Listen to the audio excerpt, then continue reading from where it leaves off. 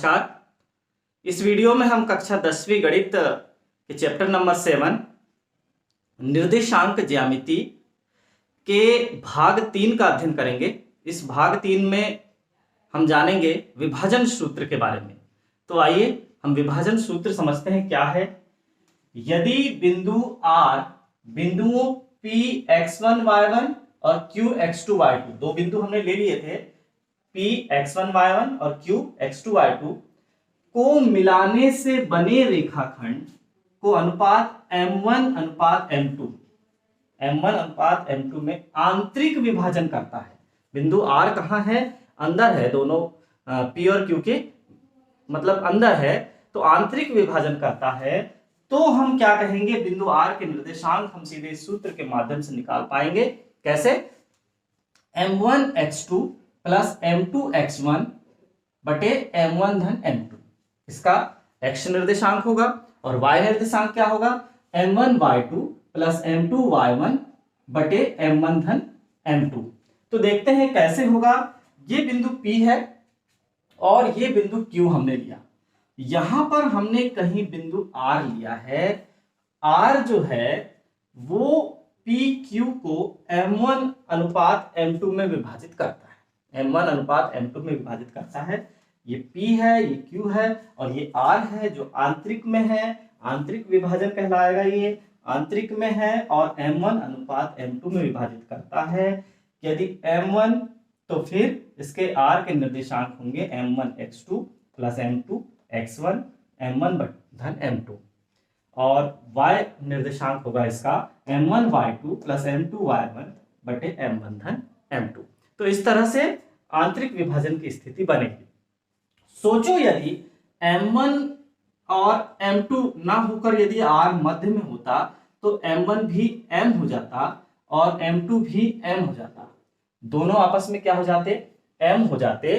तो यहां से m हम कॉमन निकाल लेते और m यहां से हम कॉमन निकाल लेते और यहां से 2m से एक m कट जाता। तो x2 प्लस x1 अपॉन 2 यहां हम लिख सकते थे इसको x1 धन x2 बटे 2। ऐसे ही हम यहां से m को कॉमन निकाल के नीचे के m से काट देते तो y1 धन y2 बटे 2। इस तरह से मध्य बिंदु के निर्देशांक भी निकाले जाते हैं। आगे हम सूत्र लिखेंगे उसका। अब हम यदि देखें कि यदि विभाजन बाह्य है, यदि बिंदु R इस PQ के अंदर नहीं है, आंतरिक रूप में नहीं है, बाहर है और यहां P से R के मध्य m1 दूरी और Q से R के मध्य m2 है, तो अनुपात m1 अनुपात m2 ही है यहां पर। लेकिन बिंदु R कहां है? बाह्य स्थित है। तो बाह्य के लिए हमारे पास विभाजन सूत्र क्या होगा? बाह्य के लिए हमारे पास विभाजन सूत्र होगा का x निर्देशांक होगा m1 x2 minus m2 x1 बटे m1 ऋण m2 और y निर्देशांक होगा m1 y2 ऋण m2 y1 बटे m1 ऋण m2। कुछ भी चेंज नहीं हुआ है। यहां धन के स्थान पर, ये धन के स्थान पर हमें केवल ऋण लगा देना है। बस धन के स्थान पर ऋण लगा देना है तो ये बाह्य विभाजन हमारे सामने आ जाएगा। तो इस तरह से हमने आंतरिक विभाजन और बाह्य विभाजन को अच्छी तरह से समझ लेना है, अपनी कॉपी में नोट कर लेना है। अब हम देखेंगे, जैसे कि मैंने अभी बताया कि मध्य बिंदु के निर्देशांक हमें कैसे निकालना है। तो मध्य बिंदु के निर्देशांक निकालना आसान है। यदि हम आंतरिक विभाजन में, ये आंतरिक विभाजन है P और Q, ये देखिए ये P है और ये Q है और ये है R जो कि मध्य में स्थित है। तो विभाजन में m1 अनुपात m2 ना होकर केवल क्या हो जाएगा? विभाजन में m हो जाएगा। तो यहां पर हम R के निर्देशांक क्या लिख देंगे? R के निर्देशांक देखिए क्या हो जाएंगे? R के निर्देशांक यहां भी m हो जाएगा, mx2 plus mx1 upon m धन m हो जाएगा। m1 m2 दोनों के स्थान पर हमने m कर दिया। यहां भी देखिए m y2 m y1 बटे m धन m हो जाएगा। तो इसको हम क्या ऐसे लिख सकते हैं? इसको हम ऐसे लिख सकते हैं R के निर्देशांक को, R ये दोनों में से m बाहर निकल जाएगा, अंदर बचेगा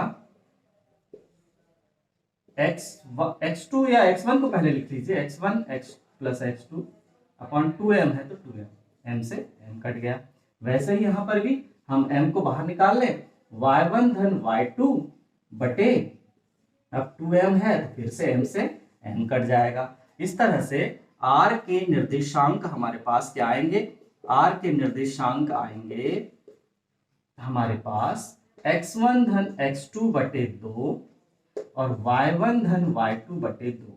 तो ध्यान रहे ये r के निर्देशांक कब रहेंगे, जब r p और q के मध्य में स्थित होगा, p और q का मध्य बिंदु होगा, तब मध्य बिंदु के निर्देशांक, हम इसे यह भी कह सकते हैं मध्य बिंदु के निर्देशांक, मध्य बिंदु के निर्देशांक भी हम इसे कह सकते हैं कि x1 धन x2 बटे 2 और y1 धन y2 बटे 2। अब आगे देखते हैं। अब हमारे पास है उदाहरण नंबर 6। उस बिंदु के निर्देशांक ज्ञात कीजिए जो बिंदुओं 4, 3 और 8, 5 को जोड़ने वाले रेखाखंड को आंतरिक रूप में 3:1 के अनुपात में विभाजित करता है। अब हमें उस बिंदु के निर्देशांक ज्ञात करना है जो इन दोनों बिंदुओं को 3:1 में विभाजित करता है। तो लेते हैं हल। माना बिंदु P हमने मान लिया 4, 3 एवं बिंदु Q 8, 5 हैं, तब बिंदु R x y निम्न होगा। अब देखते हैं बिंदु R के जब हमने मान लिया है x और y हैं तो वो क्या होंगे, अब हम उनके निर्देशांक लेंगे। तो बिंदु R का x निर्देशांक क्या होगा, x निर्देशांक होगा m1 x2 plus m2 x1 बटे m1 धन m2, है ना। और यहां पर हमें आंतरिक विभाजन पता है कि आंतरिक विभाजन अनुपात कितना है, 3:1 है। तो आंतरिक विभाजन अनुपात 3:1 है। अब हम देखते हैं कि x के क्या मान प्राप्त होंगे। x बराबर हो जाएगा m1, यानी पहला अनुपात कितना है 3, x2 का मान कितना है, ये देखो x1, यहां चाहो तो लिख सकते हैं x1 y1, ये x2 y2। तो अब देखते हैं हम x2 कितना है, x2 है 8 धन m2, यहां भी लिख सकते हैं m1 m2। तो आप देखिए m2 कितना है, m2 है 1, x1 कितना है, x1 है 4। बस केवल मान रखना है और m1 धन m2 मतलब 3 धन 1। हमारे पास x निर्देशांक आ चुका 8 3 24 धन 4 एकम 4 बटे 3 और 1 4। तो x बराबर 24 और 4 मिलकर हो जाएंगे 28, 28 बटे 4। तो x बराबर हमें प्राप्त हुआ 4 7 28। तो ये 7 प्राप्त हो गया हमें x निर्देशांक। अब वैसे ही y निर्देशांक क्या प्राप्त होगा, y बराबर, अब y के निर्देशांक m1 y2 plus m2 y1 बटे m1 धन m2, इस तरह से आ गया। अब y निर्देशांक के लिए हमको फिर से मान रखना पड़ेगा, y बराबर m1 तो हमारे पास 3 है, y2 कितना है, y2 है हमारे पास 5 धन m2 कितना है 1, y1 कितना है -3। मान रखते समय बस सावधानी रखना है, m1 3 और m2 1। तो y बराबर हो जाएगा 3 5 15 धन 1 और -3 का गुणा हुआ तो -3, तो ये धन का कोई महत्व नहीं रहेगा, ये ऋण यहां आ जाएगा और ये हो गया 3 और 1 4। y बराबर 15 में से 3 गए तो 12 बटे 4 4 तिया 12, तो y बराबर प्राप्त हुआ 3। नीचे आ जाएगा आंसर, बिंदु R के निर्देशांक, बिंदु R के निर्देशांक, देखो x निर्देशांक कितना है 7 और y निर्देशांक कितना है 3 है, या विभाजन बिंदु के निर्देशांक 7, 3 है। अब अगला प्रश्न लेते हैं। अब समझते हैं प्रश्नावली 7.2। प्रश्न क्रमांक 2, बिंदुओं 4, ऋण 1 और ऋण 2, ऋण 3 को जोड़ने वाले रेखाखंड को समत्रिभाजित करने वाले बिंदुओं के निर्देशांक ज्ञात कीजिए। समत्रिभाजित, अब 3 बराबर भागों में विभाजित करने वाले बिंदुओं के निर्देशांक हमें ज्ञात करना है। तो हल देख लेते हैं। माना बिंदु P 4, ऋण 1, इसे हमने मान लिया बिंदु P, और बिंदु Q ऋण 2, ऋण 3, इसे मान लिया हमने बिंदु Q को समत्रिभाजित करने वाले बिंदु A, जिसको हमने मान लिया x1 y1, एवं बिंदु B, जिसको हमने मान लिया x2 y2 है।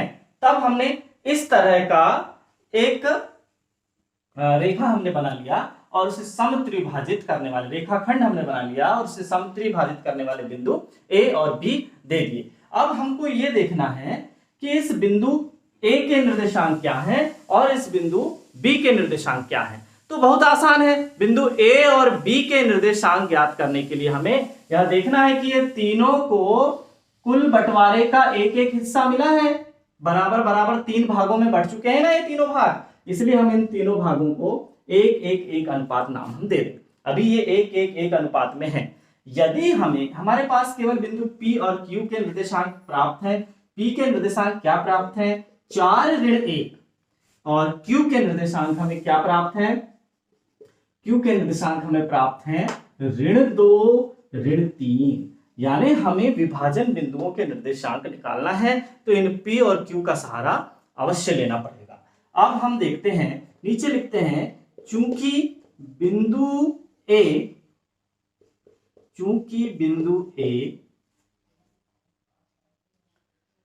P एवं Q को किस अनुपात में विभाजित करता है, देखिए ये इस तरफ एक भाग है और उस तरफ 2 भाग हैं। देखिए ये एक भाग है, P की तरफ एक भाग है, और Q तक जाने के लिए उसे कितने भागों को लांघना पड़ता है, 2 भागों को। तो हम लिख सकते हैं बिंदु A P एवं Q को 1:2 में विभाजित करता है। अतः बिंदु A के निर्देशांक क्या हो जाएंगे, बिंदु A के निर्देशांक x1 बराबर, पहला निर्देशांक क्या होगा x1 बराबर, इसके बराबर कौन सा निर्देशांक आएगा, तो देखिए m1 कौन है, m1 है 1, x2 कौन है ऋण 2 धन m2 कौन है 2, x1 कौन है ये है देखो 4 बटे m1 धन m2 यानी 1 धन 2। बहुत आसान है, x1 का मान हमारे सामने है, ये हो गया ऋण 2 और ये हो गया 8 और ये हो गया 3, तो x1 बराबर हो गया 6/3 और हमें क्या प्राप्त हुआ, x1 का मान, x1 का मान हमें 2 प्राप्त हुआ। ऐसे ही हम इसका y निर्देशांक निकालेंगे, y1 यानी बिंदु A का y निर्देशांक क्या होगा, y1 बराबर, यह भी वैसे ही रहेगा m1, देखो m1 क्या है 1, y2 कौन है ऋण 3 धन m2 कौन है, देखो m2 कौन है 2, y1 कौन है ऋण 1 बटे m1 धन m2 यानी 1 धन 2, तो y1 निर्देशांक हमारे पास आया ये ऋण 3, ये ऋण 2/3, तो y1 बराबर ऋण 5/3। तो हमारे पास आए बिंदु A के निर्देशांक, बिंदु A के निर्देशांक क्या लिखते हैं हम, बिंदु A के निर्देशांक 2 और ऋण 5/3। हमारे पास बिंदु ए के निर्देशांक आ गए 2 ऋण 5/3। अब वैसे ही हम बिंदु बी के निर्देशांक निकालेंगे। तो बिंदु बी के निर्देशांक, बिंदु बी कैसे निकलेगा? P एवं Q को अब किस अनुपात में विभाजित करता है? देखिए P की ओर जाने के लिए B को 2 भाग चलना है और Q की ओर जाने के लिए उसे 1 भाग चलना है। तो अब उल्टा हो गया, बिंदु B P एवं Q को 2:1 में विभाजित करता है। अब 2:1 में विभाजित कर रहा है तो इसके बिंदु x निर्देशांक क्या होगा? x निर्देशांक या इसका पहला निर्देशांक x2 बराबर क्या होगा? m1 मतलब यहां लिख सकते हैं हम m1 m2 है। ये m1 कितना है? 2 m1। अब फिर से हमें क्या करना है? m1 x2 कितना है?